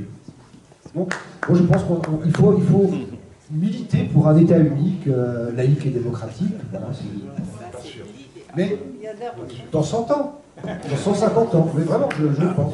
Encore faudra-t-il avoir un De Klerk et un Mandela. Alors voilà, il faut peut-être attendre un changement générationnel, ou des changements générationnels. Il faut aussi qu'il reste des Palestiniens. Aussi qu'il reste des Palestiniens, que d'ailleurs Deleuze avait surnommé, je vais laisser la parole à Sabri, Giroud, que Deleuze avait surnommé les Indiens de Palestine. Et je me souviens d'ailleurs à ce propos, quand j'étais allé en Palestine, j'avais fait un reportage en 2014 sur la coopération sécuritaire entre l'armée israélienne et la police palestinienne. Et j'étais le directeur du monde diplomatique de l'époque, et Ali Serjalini, était venu avec moi pendant une semaine. J'étais resté plus de 2 semaines, et il avait vraiment eu le sentiment de voir des Indiens dans une réserve. Il avait été choqué, et il avait évidemment adoré son séjour, et il était revenu aussi très peiné. Parce que il y a l'Afrique du Sud, mais il y a aussi l'Australie, les États-Unis qui nous montrent que ça ne marche pas à tous les coups. Voilà. Voilà, je te trouve un peu pessimiste, 150 ans, je ne sais pas. Difficile de faire des prospectives. Frantz Fanon, quand il écrit en l'an 5 de la Révolution algérienne, bon, évidemment, il ne connaît pas la suite. La suite n'a pas été si longue que ça. Le problème de la colonisation de peuplement est le problème. Merci pour l'intervention, d'appuyer sur des points très très importants, parce qu'en fait la colonisation, ce n'est pas que l'affaire des armes. C'est l'affaire de toute cette construction, et il s'était très bien posé en introduction sur la question légitimité-illégitimité, de poser la question de la construction, comment se construire, comment des populations originaires de l'Europe orientale doivent se construire, s'unir, se construire une histoire, un enracinement, c'est tout le lien et l'intérêt avec l'archéologie, pour se dire nous sommes des descendants des grands personnages bibliques. Et cette construction, elle passe à la fois pour se convaincre soi-même, ou un groupe de population pour se convaincre de faire partie de quelque chose d'uni, ce qui ne va pas de soi, et puis d'expulser les Palestiniens, non pas seulement du territoire, mais de les expulser de l'histoire. Comme si les habitants des différentes régions que tu as pu évoquer, Sabastia, je crois qu'elle a été évoquée au nord de Naplouse, comme si les habitants qui sont sur un territoire, qui vivent parmi les vestiges, comme si ces vestiges n'étaient pas les leurs. Et c'est absolument incroyable d'imaginer que tout ça ne sont pas leurs propres vestiges. Alors c'est des vestiges, tu mentionnais un article dans Middle East Eye où effectivement dans les périodes de crise, ces vestiges on les met à profit, donc on peut faire ce qu'on appelle des farfouilles. Alors c'est des fouilles sauvages, mais elles existent aussi. Ici je crois qu'on peut acheter ce qu'on appelle les pelles à frire, où c'est les détecteurs de métaux. Il y a des passionnés, alors il y a une réglementation, un encadrement très fort pour que les passionnés d'archéologie, mais pas au sens historique, les passionnés de trésors archéologiques, qui s'intéressent plus à l'objet lui-même qu'à ce qu'on peut tirer comme enseignement, comme information sur l'histoire. Donc évidemment que ça existe, mais ça existe comme ça existe ici, et surtout en période de crise. La question principale, c'est que cette histoire-là, elle est palestinienne. Pour les Palestiniens, ce qu'ils découvrent sous leurs pieds, ces accumulations, cette histoire, y compris l'histoire juive, qui est mêlée à l'ensemble de l'histoire de la Palestine, c'est aussi leurs racines et leur patrimoine.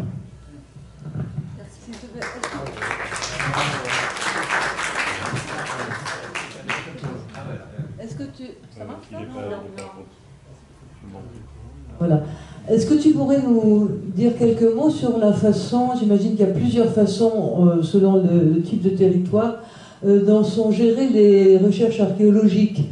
Quel regard j'ai entendu dire, est-ce que en Israël, les recherches sont sous la main de l'armée qui contrôle? Comment ça se passe en Cisjordanie, pour les Palestiniens, pour les Israéliens? Alors c'est complètement d'actualité, et ce qui a été évoqué tout à l'heure, c'est vraiment le processus systématique d'appropriation, et depuis longtemps. Et là, c'est tout frais. Le 10 juillet dernier, donc 2024, il y a quelques mois, il y a un projet d'amendement qui est passé, qui a été voté en première lecture, donc c'est pas encore une loi confirmée, mais en première lecture, pour faire que l'autorité, alors comment ça s'appelle, l'autorité des antiquités israéliennes, c'est l'administration israélienne nationale qui gère l'archéologie dans le territoire israélien. Et le projet est que cette administration intervienne également dans toute la Cisjordanie. Elle intervient déjà dans Jérusalem-Est annexée. Mais le but, c'est d'élargir et qu'elle intervienne, entre guillemets, donc citation, sur l'ensemble des sites archéologiques en Cisjordanie. Il y a quelques 7000 sites archéologiques recensés dans l'ensemble de la Cisjordanie.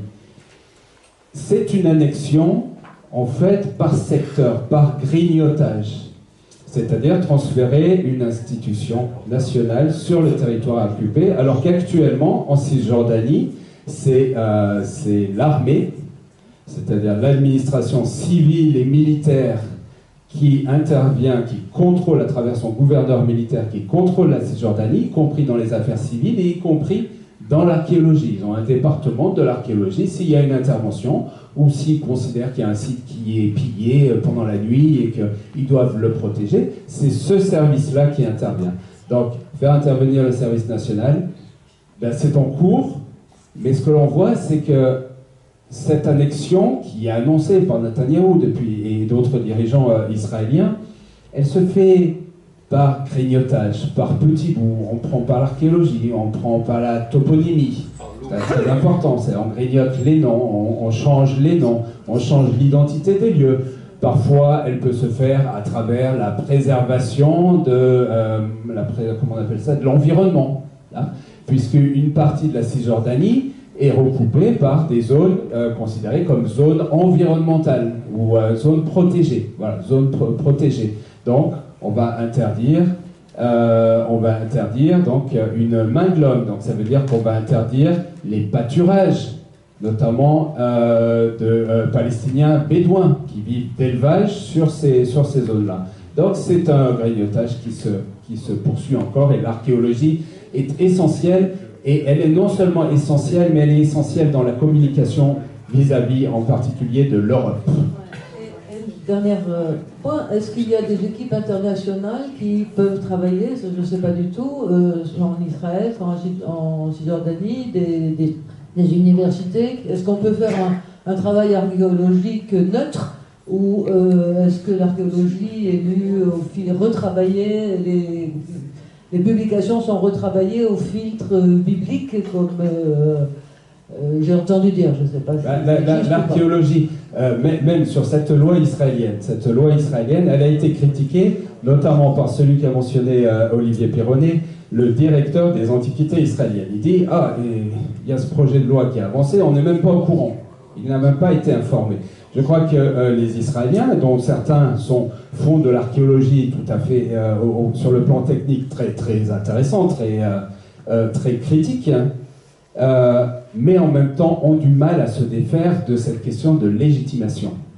C'est-à-dire qu'ils peuvent vraiment décortiquer la Bible, la construction biblique, mais c'est essentiel quand même à la construction du pays, et ils en sont pétris.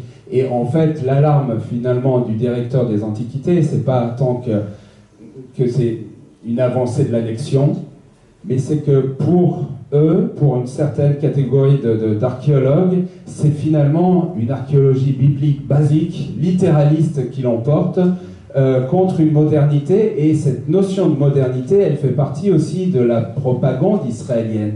Israël veut se vendre à la fois comme quelque chose d'enraciné dans le passé, mais qui reflète une modernité. Donc il y a ces deux images qui sont à proposer, et donc c'est toujours ambigu, parce que ça dépend du public. S'il s'adresse aux évangélistes, autant rester dans l'archéologie très littérale. L'archéologie doit révéler simplement ce que la Bible dit. La Bible dit vérité, donc l'archéologie illustre la Bible. Mais si on s'oriente vers un autre public de dirigeants en Europe, eh bien il faut parler le langage plus scientifique, plus moderne, quitte à écorcher l'histoire biblique. Ça c'est possible. Excuse-moi, je me permets de vous interrompre juste parce qu'on va bientôt passer au buffet là.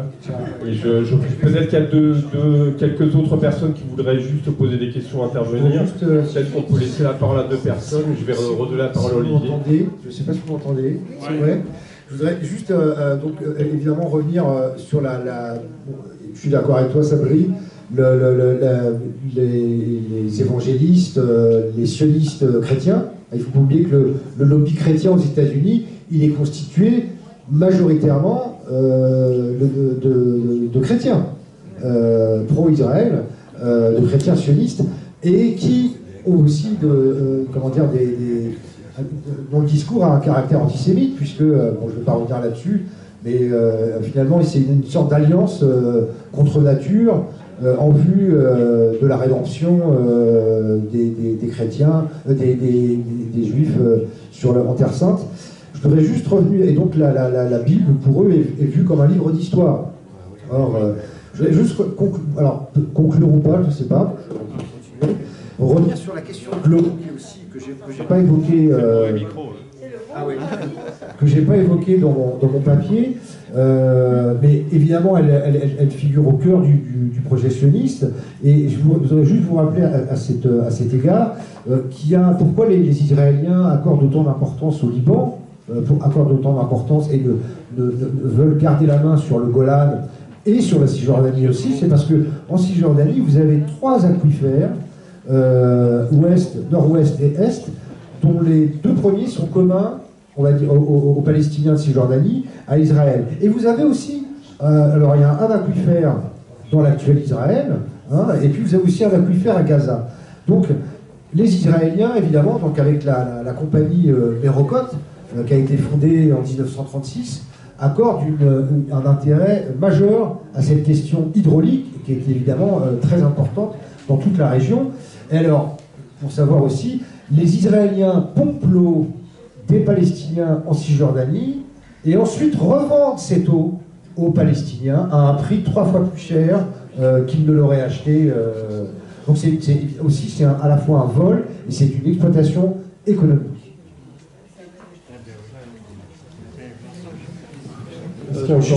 Une dernière. Juste une question sur les plantes. Je suis là, coucou. Ah, c'est Caroline. Coucou. Oui, ça va. Ah oui, d'accord. Oui, je voulais savoir s'il y avait un travail qui était fait, comme pour l'archéologie, par des ONG pour la préservation des plantes sauvages, puisque c'était le sujet du reportage, en fait, un petit peu, s'il y avait des personnes qui travaillaient là-dessus. Voilà. Alors, je crois que c'est... Oui, il y a des... Alors, en tout cas, il y a de nombreuses études sur cette question de l'écosystème, de la préservation de l'écosystème, sur les plantes sauvages. Bon, je vous rappelle qu'il y a des études scientifiques qui contredisent la décision des autorités israéliennes concernant le classement comme espèce protégée du thym et du za'atar. En fait, c'est une décision politique. C'est pas du tout une décision fondée sur des motifs rationnels. Et évidemment, il y a des ONG qui militent pour la reconnaissance de l'importance de cet aspect culinaire. Concernant l'archéologie, il y a aussi plusieurs ONG israéliennes qui travaillent évidemment avec des Palestiniens. Il y a Emek Shavek, que je consulte régulièrement. Il y a aussi Iramine. Et donc ce sont des gens qui vont contredisent le discours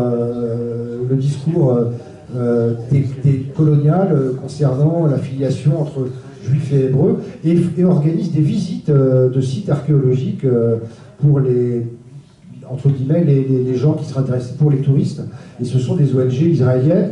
Je tiens à rappeler qu'il existe en Israël quand même un mouvement pacifiste de gens qui sont courageux et qui se battent pour les droits des Palestiniens, parfois au prix de violence, puisque quand ils défilent pour demander... alors vous avez vu qu'il y a très peu de gens qui ont défilé pour demander la fin de la guerre à Gaza. Ils se font évidemment taper dessus par leurs compatriotes et ils sont considérés comme des traîtres, mais il y a quand même s'il est extrêmement minoritaire, un mouvement pacifiste qui s'est rétréci au fil des années. Depuis, on va dire, le déclenchement, depuis la fin des années 90, depuis le début des années 2000 et la deuxième intifada. Mais il ne faut pas oublier quand même qu'à l'époque, lors des massacres de Sabra et Shatila, vous aviez des centaines de milliers de personnes, je crois 100 000 ou 200 000 Israéliens qui avaient défilé à l'époque à Tel Aviv pour dénoncer la complicité du gouvernement israélien. Mais petit à petit, ce mouvement pacifiste se réduit comme peau de chagrin, et surtout, ils n'ont pas le droit de citer, pas le droit de parole, et encore moins dans les médias israéliens. Donc je pense que nous allons nous arrêter. Que là, on a fait le tour.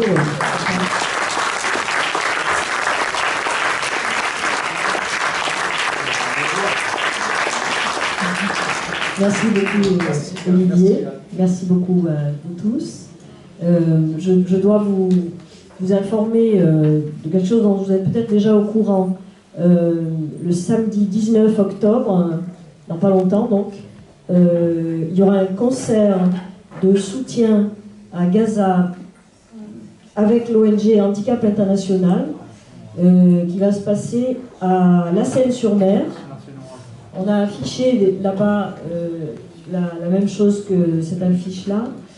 Et toute la recette ira à Handicap International pour Gaza.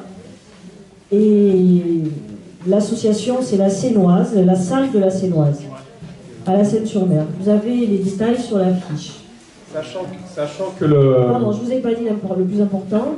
Le concert, c'est réalisé par quelqu'un que l'on connaît, Mahmoud, qui a pris un nom d'artiste Ismaïl, et qui est un Palestinien qui vit en France, à Avignon, et qui a sa famille à Gaza, et sa compagne ou son épouse, sa famille est au Liban. Donc ils veulent absolument que nous fassions une œuvre de solidarité, et VPJM est le soutien de cette action. Et Sophie Fontenelle, qui est dans la salle, qui est membre de l'EPJM, a organisé avec l'épouse de Mahmoud toute la on va dire, la préparation de cette action. Voilà. Les flyers sont là. Il y a des flyers. Voilà, à l'entrée. À l'entrée. Mahmoud, que vous avez par ailleurs souvent rencontré, puisqu'il vient très souvent le samedi à Toulon pour nous rejoindre pour manifester. Et il jouera du oud et il chantera. Voilà.